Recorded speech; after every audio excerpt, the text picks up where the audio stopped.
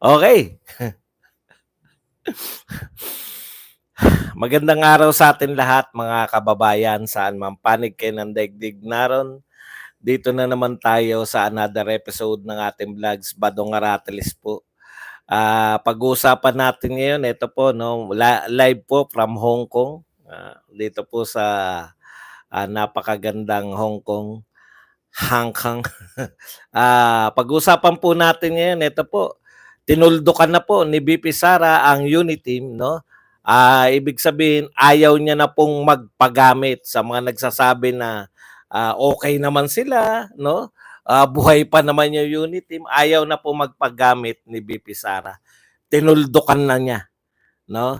Tinuldukan niya na yung Uniteam. Pag-usapan din po natin, ito pong si Pangulong Marcos na nagsasabing maghanda daw po ang Pilipinas, dapat daw po maghanda ang Pilipinas sa external threat, no? Talagang tuloy-tuloy po yung tuloy-tuloy po yung pagpo-promote ni PBBM sa eventual na gera eh. Ayaw naman po natin maganap 'yan, no? Ewan ko ba kung bakit po yung ating presidente mismo ang gustong-gusto tayong saksak diyan sa ano na 'yan. Makipag-usap po kayo. Okay.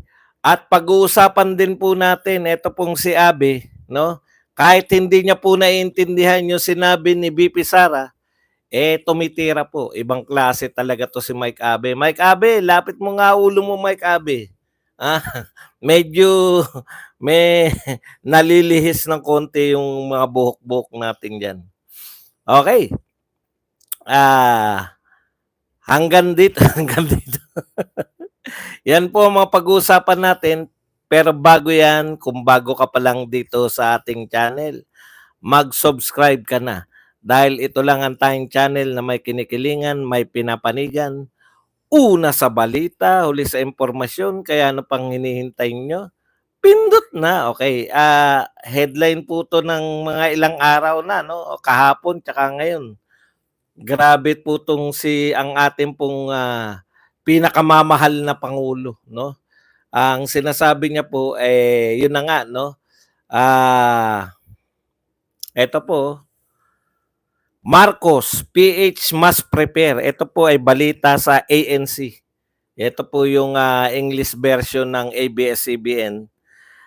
Marcos, PH must prepare as external threats grow. No? Alam po ninyo, Mr. President, hindi po pinopromote yung digmaan eh, no? Kayo lang po yata yung nakikita namin. Ito po, pinapasadahan ko ito po ay Chinese territory tong Hong Kong. Pinapasadahan ko po to kasi libre po dito kaya okay yung yung mga tao rito sa pagbabasa eh. Libre po yung mga dyaryo dito. Humihingi nga ako ng dyaryo, ha? Humihingi nga ako ng dyaryo sa nagbibigay ng dyaryo yung Chinese. Sabi, English? No, not. Sabi niya, doon daw ako manghingi doon sa kabila. Pinapasadahan ko kung pinag-uusapan ba sa mga Chinese territory ang Pilipinas, no? Na yung mga sinasabing external threat. Wala naman po. Actually, tayo lang po yung nag-iingay diyan sa na may external threat tayo. Para naman pong hindi naman tayo pinapansin. Para naman tayong nagpapapansin. Kung mayroon pong magaganap, no? Ay yung China po at Taiwan kasi po teritoryo nila yun eh, di po ba? Tayo kumbaga salingkit lang tayo eh, saling pusa na ang hilig-hilig nating siyempre kakagatin po yan ng kakagatin po yan ng foreign press, kakagatin po yan ng yung mga press natin na sabik sa mga ganyang balita. Alam po ninyo, Mr. President, no? Mas masarap pong pakinggan kaysa yung sinasabi ninyong PH must prepare as external threats grow. Mas masarap pong pakinggan para sa aming mga Pilipino na ginagawa ninyo yung lahat ng inyong kakayahan bilang presidente ng Pilipinas para makipag-ayos sa China. No? Kapitbahay po natin 'yan. 'Di po ba? Mas masarap pong pakinggan 'yun, na binubuhay natin ang pakikipagkaibigan natin, kung ano man ang aming, hindi pagkakaunawaan ay madadaan namin 'yan sa mabuting usapan.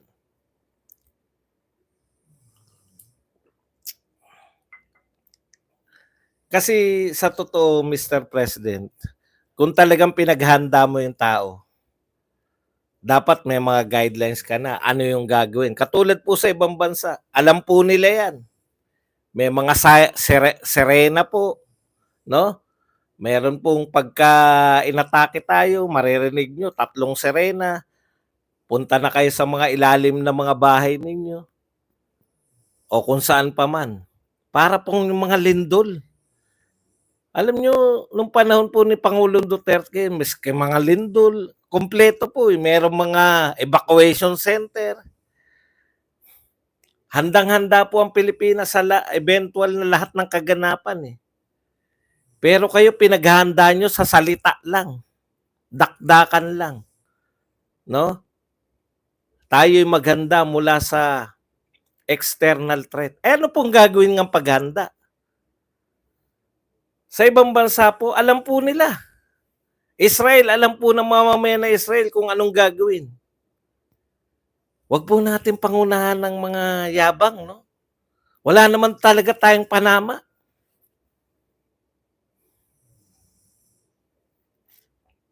Na ano?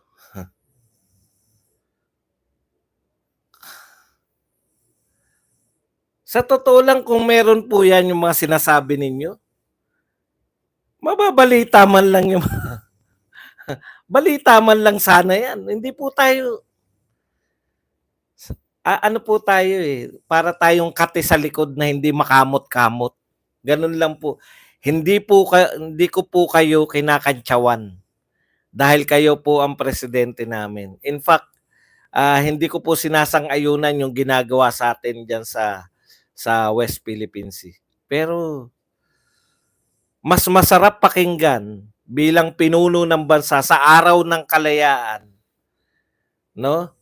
Kasi ang binabanggit nyo, dapat ipaglaban natin yung nakamit nating araw. Hindi po ba maganda po na mapakinggan na pinangangalagaan namin yung kalayaan namin, kaya tayo ay nakikipagkaibigan sa lahat ng ating mga kapitbahay na bansa?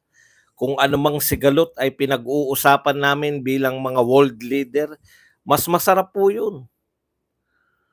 Mas masarap pong pakinggan yun. Wag sana yung meron kasi silang na gusto daw ng mga tao yun. Yung dahil meron daw survey na nagpapakita na 73% ay sumusuporta. Tinanong nyo ba kung gusto nyo makipagdigmaan? Malamang hindi yun ang tanong nyo. Di ba ba?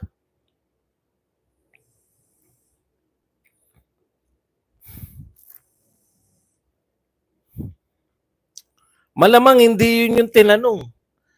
Kasi pag ang mga tanong po sa survey, kita nyo pag ang tinanong mo hindi halimbawa, gusto mo bang ipagtanggol ang Pilipinas mula sa mga mananakop? Puta, baka 98% sumagot niyan. Oo eh. Pero itanong mo direkta, gusto mo bang makipagdigmaan tayo ngayon? O malamang yan, 80% ayaw. Yung 20% kayo lang, gusto nyo yun.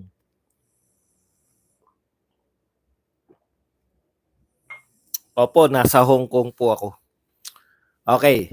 Punta na po tayo rito no sa tinatanong pa rin po kasi naririnig ko pa yan sa mga sa mga followers na minsan na si Pangulong Marcos ang bumabanat lang naman. Kahit kay Pangulong Marcos naririnig natin to no na yung it's complicated, 'di ba? Na hindi nila masabi na yung relasyon nila kay BP Inday Sara kasi it's complicated dahil bumabanat yung pamilya tapos si Inday Sara hindi nila pwedeng sabihin na wala na, no? Pera na lang no nagsalita na yung First Lady na bad shot. Bad shot na pala. Bad shot na pala sa inyo eh. Ang gusto nyo mag-cling alam nyo ang kinasira kagad na Uniteam. Uniteam, siyempre yun na lang yung sasabihin ni BP Sara kasi very diplomatic siya, no? Pero kung ako yung magsasalita nun, wala nang Uniteam. Meron bang Uniteam? Binaboy na ako ng gobyerno. Kung ako si BP Sara, paano mabubuo yung unit team binaboy na ako ng mga yan. Pinasama ako diyan sa lintik na confidential fund na yan. Tinanggalan ako ng pondo na parang napakasama. Pero lahat sila may confidential fund. Lahat ng mayor, governor, mga mayor at governor may confidential fund. Presidente ng Pilipinas may confidential fund. Vice President tinanggalan. Lahat ng Vice President maliban kay Lenny may confidential fund. Tibo pa? Bakit po nyo tatanggalan? Pero bago nila tinanggalan, pinasama po muna nila yung confidential fund. Kaya ang dating sa tao, kaya ka tinanggalan dahil corrupt ka. Dun pa lang eh. Pero sa unang-una pa lang, no, ibalik pa natin ng konti. Kandidato pa lang sila. Kandidato pa lang po yung unit team. Hindi po tinatanggi ni BP Sara ano po ang gusto niyang hawakan. Ang gusto pong hawakan ni BP Sara, DND, Department of National Defense, na hawak ngayon ni Gibo Teodoro. Binigay ba sa kanya? Hindi. Dun pa lang magtatampo na ako kung ako kay unit team. 'Di ba? Kung si BP Sara talagang yung sutil, no? Naambunan man lang ng kasutilan.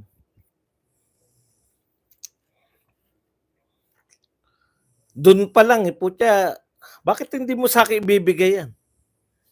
Kung tutusin ako nagpanalo sa'yo.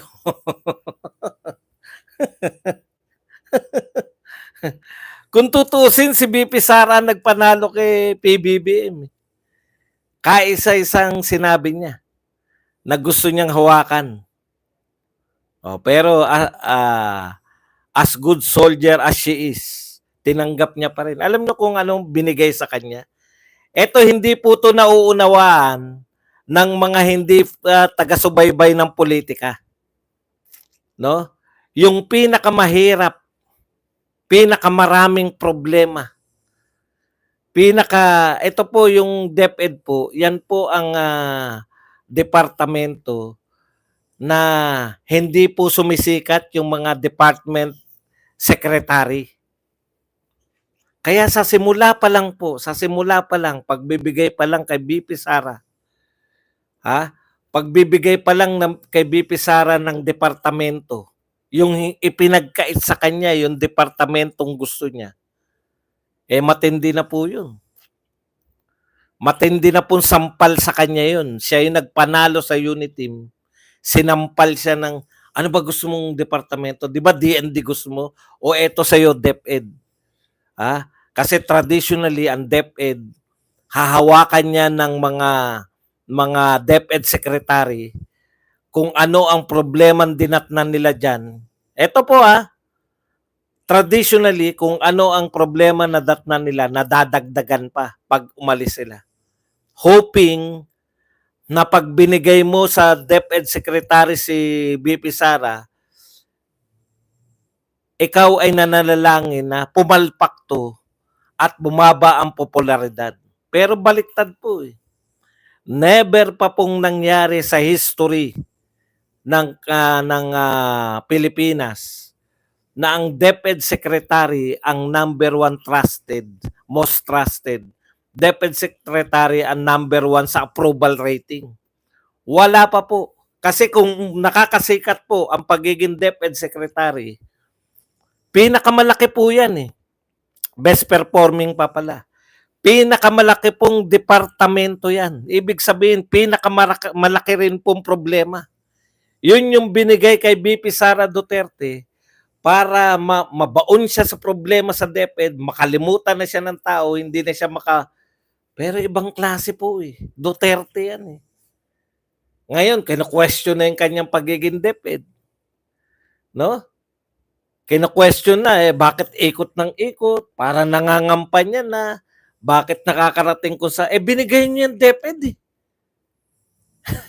Ang hinihingi niya DND.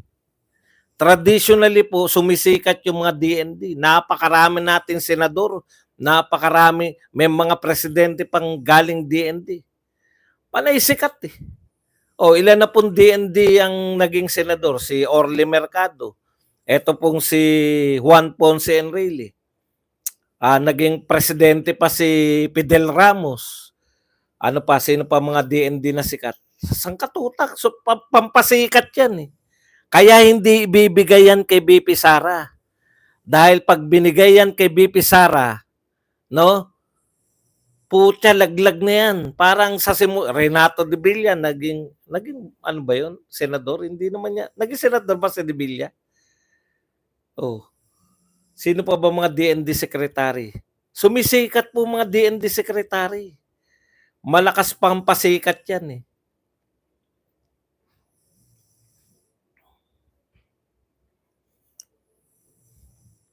Pero po yung mga DepEd secretary, wala po naging si Lola Briones, hindi tumakbo. Si Jesly Lapus, hindi rin tumakbo.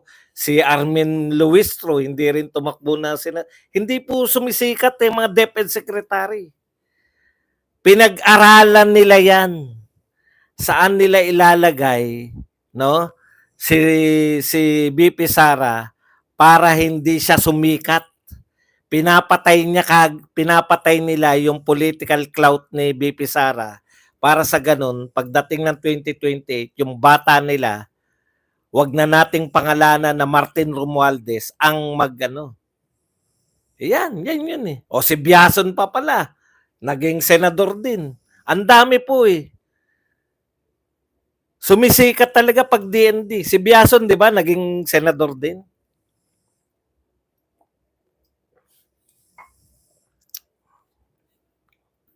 Kaya baliktad eh. Ang nangyari yung dating hindi nagpapasikat sa secretary, pinasikat ni BP Sara. Tsaka kita nyo po, wala po pong teacher. Wala pa pong teachers group yung nagwelga laban sa DepEd secretary. Kasi eto lang po, napakasimple. Ang problema ng mga teacher for the longest time, bukod sa pagtuturo, ang daming binibigay sa kanilang task. Una kagad ginawa ni BP Sara, wala na kayong gagawin dekorasyon.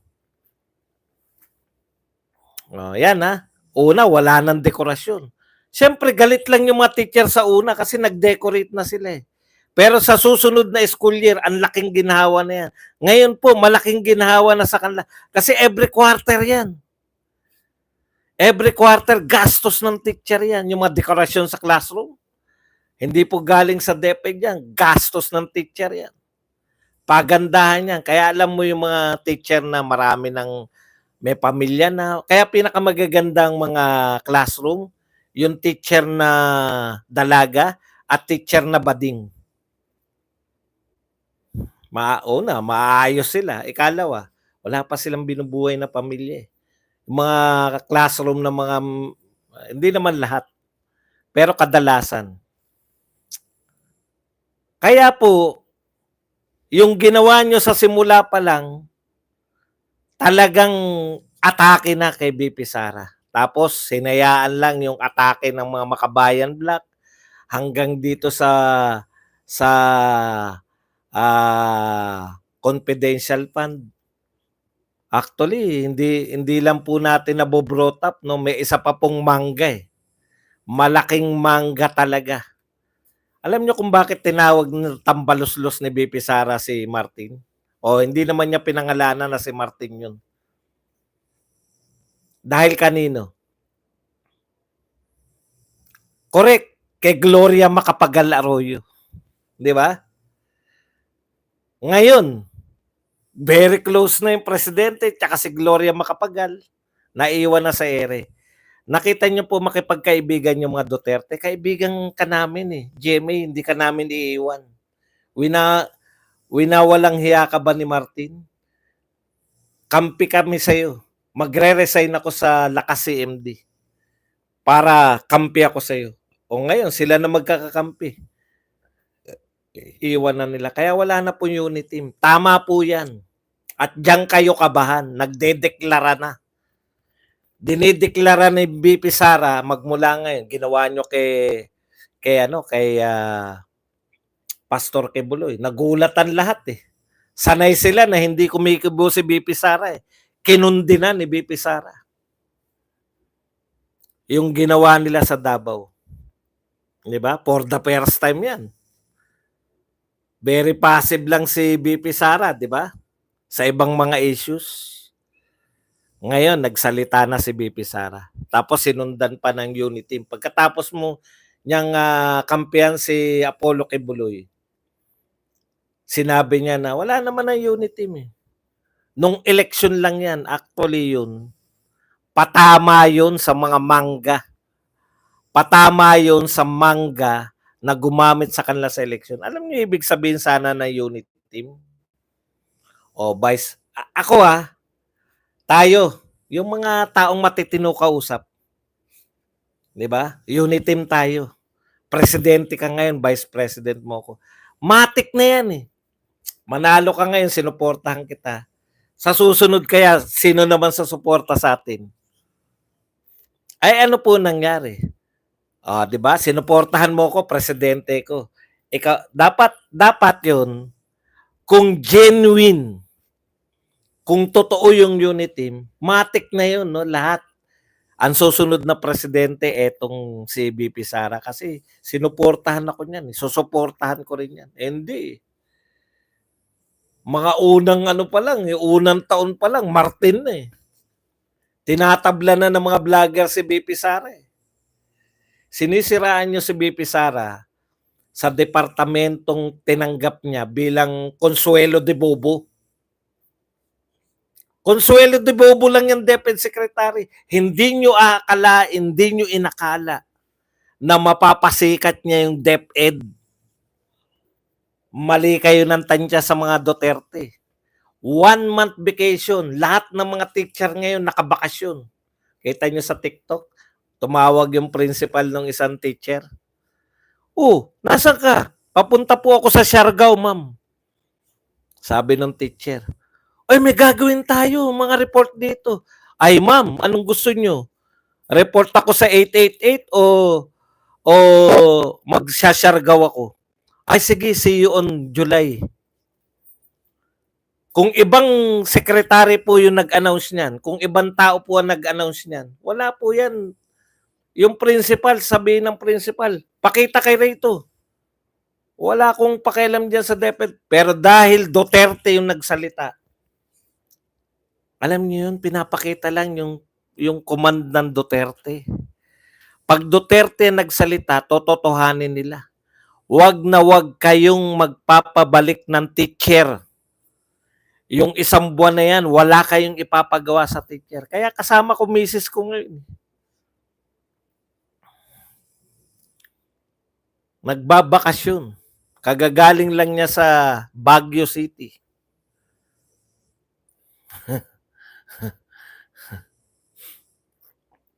Di ba? Meron nagdedeklara na hindi pa buwag yung unit team. Dineklara nila Sara, wala na yan unit team. Actually, ang dinideklara ni Sara, tigilan nyo na panggagamit sa amin. Hindi nyo na kami magagamit ngayon. Yung, di ba, pag mga tinatanong sila, we're open to the Vice President's party. Utot nyo. Open kayo sa Vice President's party. Tain nyo. Hindi na utot ngayon, tain na. Okay, balik po tayo rito sa ano na. Yan po, no. Maraming salamat, BP Sara, no. Kahit papano. Kasi, ayan na yan eh. Nagsalita na si BP Sara, magalit kayo sa mga... Yun yung pagkakaiba ng mga Duterte, hindi sila pleaser. Yan problema natin sa Pogo. Walang kalutasan yan. Bakit? Kasi tinatansya, saan tayo mas magiging popular sa tao? May Pogo, tatanggalin ba natin ang Pogo o wala? Ano yung kinukonsider ninyo? Si President Duterte, walang konsiderasyon. Pag sa tingin niyang mali, mali. Pag sa tingin niya, may mga nilabag yung mga taga Boracay, sinakop yung mga kalsada, buwagin yan. Kahit bilyonaryo may-ari niyan, buwagin niya mga building na yan. Nakita ko pa yung mga binuwag na building. Kasi pandemic ako nung nagpunta ron eh. Inaayos pa lang ng mga may-ari eh. Lahat ng sakop ng highway, pinabuwag niyan. Kasi hodang malalaking building yan. Lahat ng mga napunta, beyond. Kasi ang beach po, sa tao yan. Wala pong may-ari ng beach. Kung ikaw may-ari ka ng resort, may hangganan yung resort nyo, hindi nyo sakop yung beach. Yung beach po ay pag-aari yan ng tao. Wala pong kinikilalang, o ikaw, bilyonaryo ka ba? Sige, restraining, temporary. Walang temporary. Lupa mo ba yan tinayuan mo ng resort? O buwagin na yan. Masarap mga Duterte.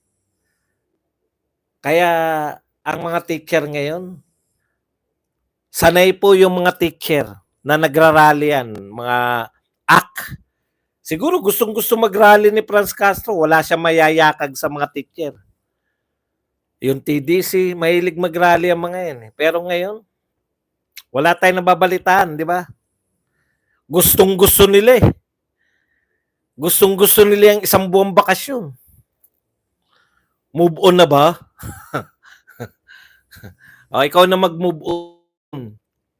Huwag mo akong tuturuan ng gagawin ko rito. Move on na pala ako, ha?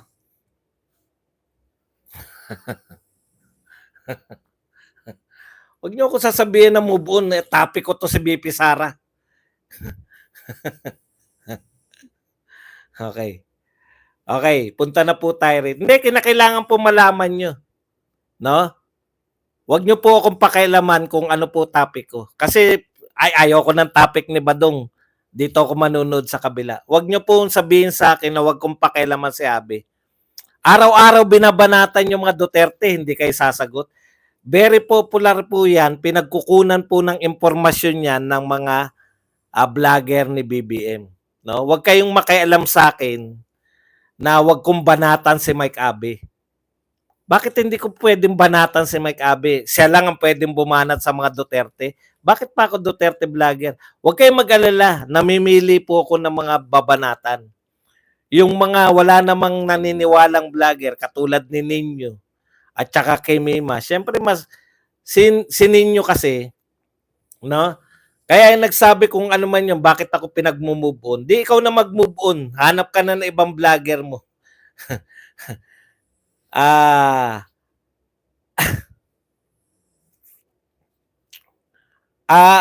Alam niyo po, no?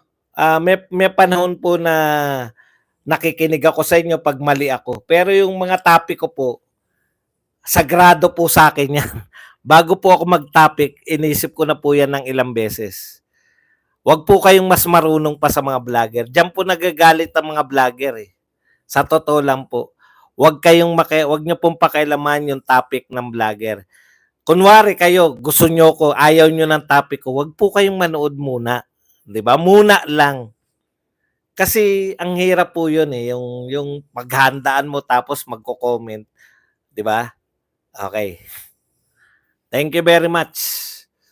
Kung di nyo kayang lunukin na sinasabi ni Badong, maraming channel ng mga sabagot lutang watching from Mati. Prince Arif Sussex, matagal nang may sayad si Mike Raptor Abe. Ito po, kababanat lang ni Mike Abe. Ang sinasabi ni Mike Abe, mali yung pahayag ni Sara Duterte. No? Tuloy na tayo sa topic. Wala kayong pakialam. Kung tinatapat ko po kayo, hindi lang po ako may sentimentong ganito. Lahat po ng vlogger. Pero na lang yung vlogger na sunod lang na sunod. Ako po, yung vlogger na inaral ko muna ang itatapik ko. No? Kaya hindi po pwedeng nasabihin nyo na wag mong itapik yan. Bakit ko hindi itatapik? Araw-araw bumibira to. Yun nga yung trabaho ko eh, pagtanggol yung mga Duterte, bakit hindi ko ano pa gagawin ko kung may bumibil? Pwera po yung kalamimiyak, kalaninyo, yung mga yun, wala talagang bilang yun. Si Mike Abe po may bilang yan eh. Okay? Okay.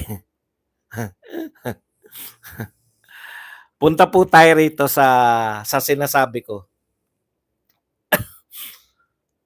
Kasi pagtatanggol ko lahat ng topic ko eh. Hindi niyo po pwedeng sabihin sa akin, wag mo i-topic yan. Si Mike Abe, bumira na naman, no? Binira niya po yung pahayag ni BP Sara. Hindi ko makita kung ano yung dapat ibira niya ron. No? Si BP Sara, sinasabi niya excessive force.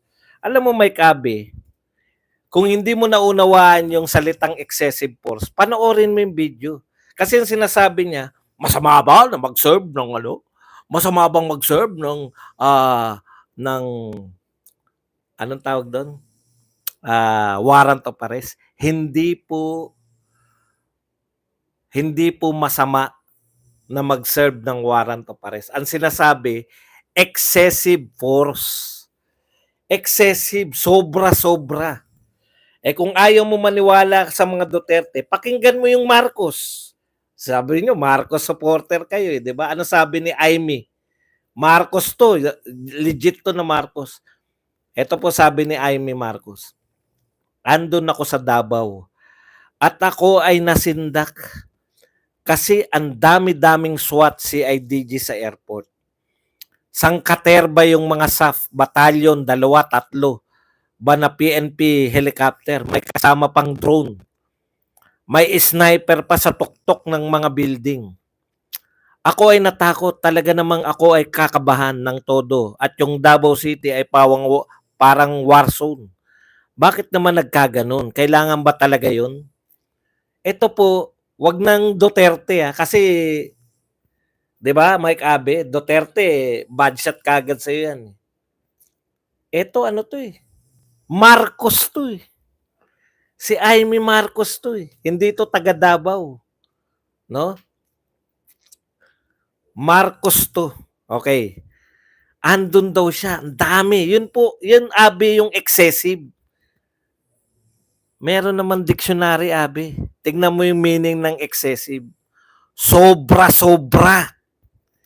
Hindi nararapat.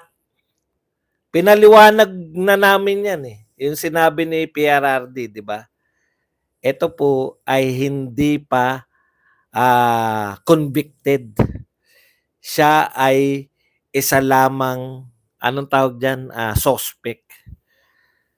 Sa ating batas, Mike Abe, you are innocent until proven guilty or until proven otherwise.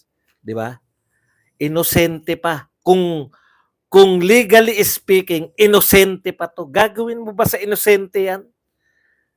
Justified ba yan? Justified yan kung nung minsan pumunta kayo, binatuhan kayo ng granada ng KOJC o kaya kayo ay pinaulanan ng bala, ng baril. Justified yun, putya. Nung una kasi kami pumunta dyan, pinaulanan kami ng bala eh. Tinamaan yung kasama namin eh, kaya kami ganito. Yun lang yung justification nun.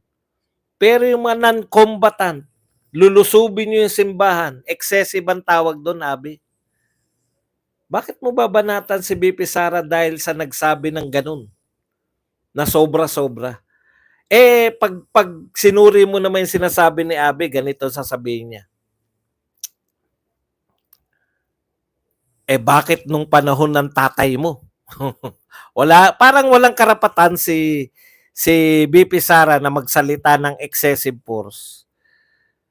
Dahil daw nung panahon ng tatay niya, meron daw tinatawag niya yung tokhang. Katok sabay, katok sabay putok. Yun yung meaning ni Abi ng tokhang eh. Siguro nagpapatawa lang si Abi, pero seryoso siya eh. Ilang beses niyang inulit eh. Katok sabay putok, yun daw ang tokhang. Alam mo Abi, 3 milyon yung natokhang. Kung tama yung sinasabi mong katok sabay putok, 3 milyon yung patay. 'Di ba? Hindi mo naintindihan, no? Nagpapaniwala ka eh. Milyon yung natukhang. Ibig sabihin, kinatok sila, pinangaralan, no? Milyon na natukhang. Pero hindi po milyon yung namatay. Kaya mali yung sinasabi mo na katok sabay putok. Patawa lang yan, Abe. May sinasabi pa siya, alam kaya ni BP Sara na yung pinopost niya?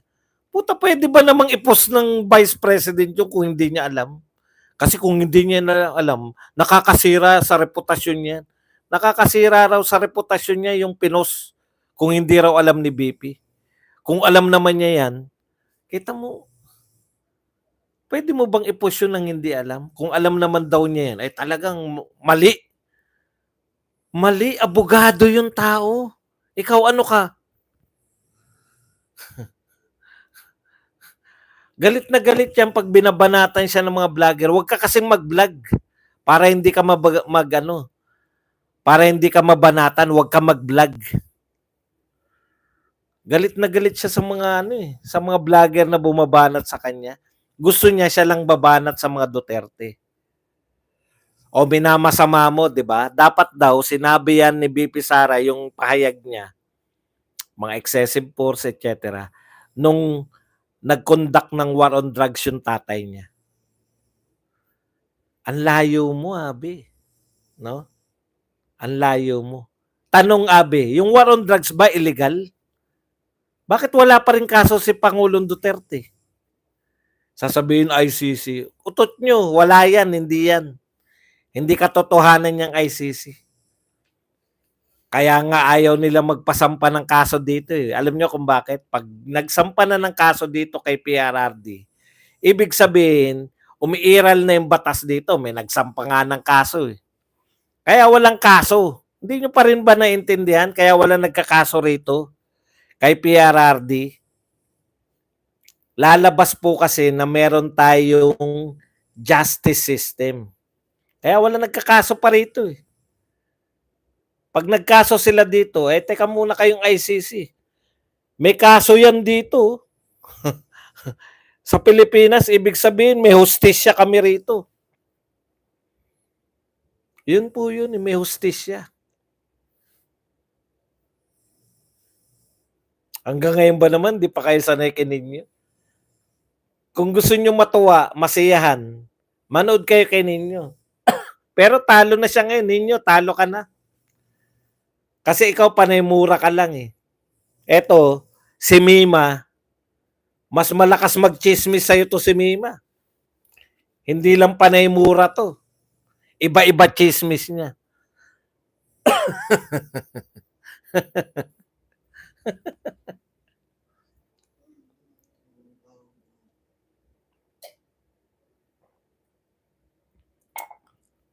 Nalalaos ka ni Mima sa views.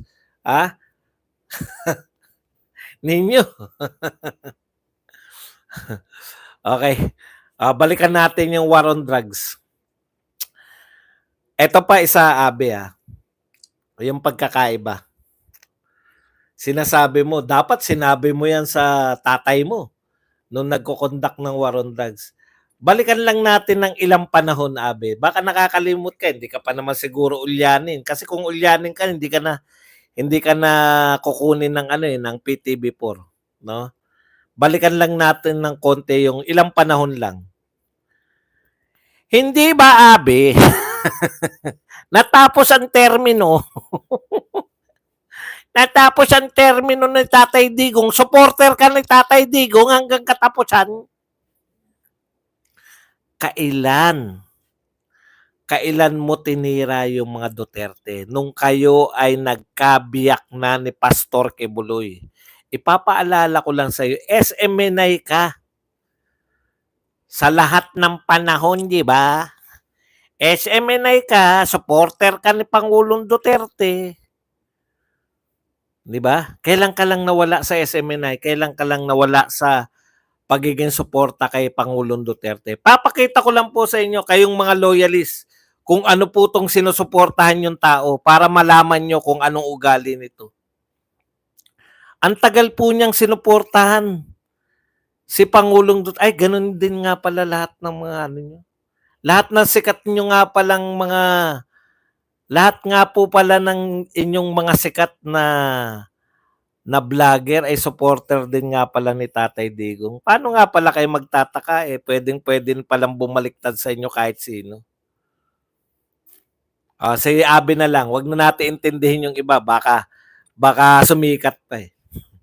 Si Abi sikat na to eh. Abi, makinig ka. Hindi ba kailan lang supporter ka pa ni Duterte? Oh, kailan ka lang umalis kay Duterte? Panahon na ni Pangulong Marcos nung umalis ka eh. Ibig mo sabihin, inilihim sa'yo tong war on drugs? Lihim ba yan? Hindi mo alam na may war on drugs? Abe, ikaw na nga magtok-tok sa ulo mo. Ibig mo sabihin, tulog ka ba? War on drugs, wala yan. Kasi kami proud kami sa war on drugs eh. Kasi kami, hindi kami bumabaliktad sa mga Duterte. Tama sa tingin namin yung war on drugs. May excess, tama po yun. Kaya nga, inalimbawa niya pa si Kian eh. Si Kian nagkaroon na ng katarungan. Yung mga lumapastangan sa kanyang pulis, nakakulong na. O ngayon, ipaliwanag mo ngayon. Bakit mo sinuportahan si Pangulong Duterte samantalang nagwa-war on drugs siya noon pa? Nung panahon na supporter ka niya, may war on drugs ba o wala? Meron ba yung sinasabi mong katok sabay putok o wala? O yun yung problema sa iyo eh. Nagbago lang ang administrasyon, pati pananaw mo ng mali at tama, nagbago na rin. Narinig ba namin na binanatan mo, Abe, si Duterte nung siya ay nagtotokhang? Puring-puri mo pa siguro. Hindi naman ako nanonood sa iyo nung araw eh. Pinanood lang kita nung nag-walk out ka kay Pastor Kibuloy. Dahil, itsura mo pa lang mukhang wala kang alam sa buhay. Alam mo, wala akong kabilib-bilib sa mga taong yung magaganda boses na pinoproduce. O sige, sagutin mo yan. Bakit mo sinuportahan si Pangulong Duterte kung alam mo palang mali ang kanyang ginagawa? Pag hindi na ba si Bongbong Marcos ang presidente, babanatan mo na rin? Tapatan lang tayo, di ba? Pag si Sara Duterte na ba presidente, babanatan mo na rin si BBM? Ayun yung sinasabi natin, di ba? Yun yung sinasabi.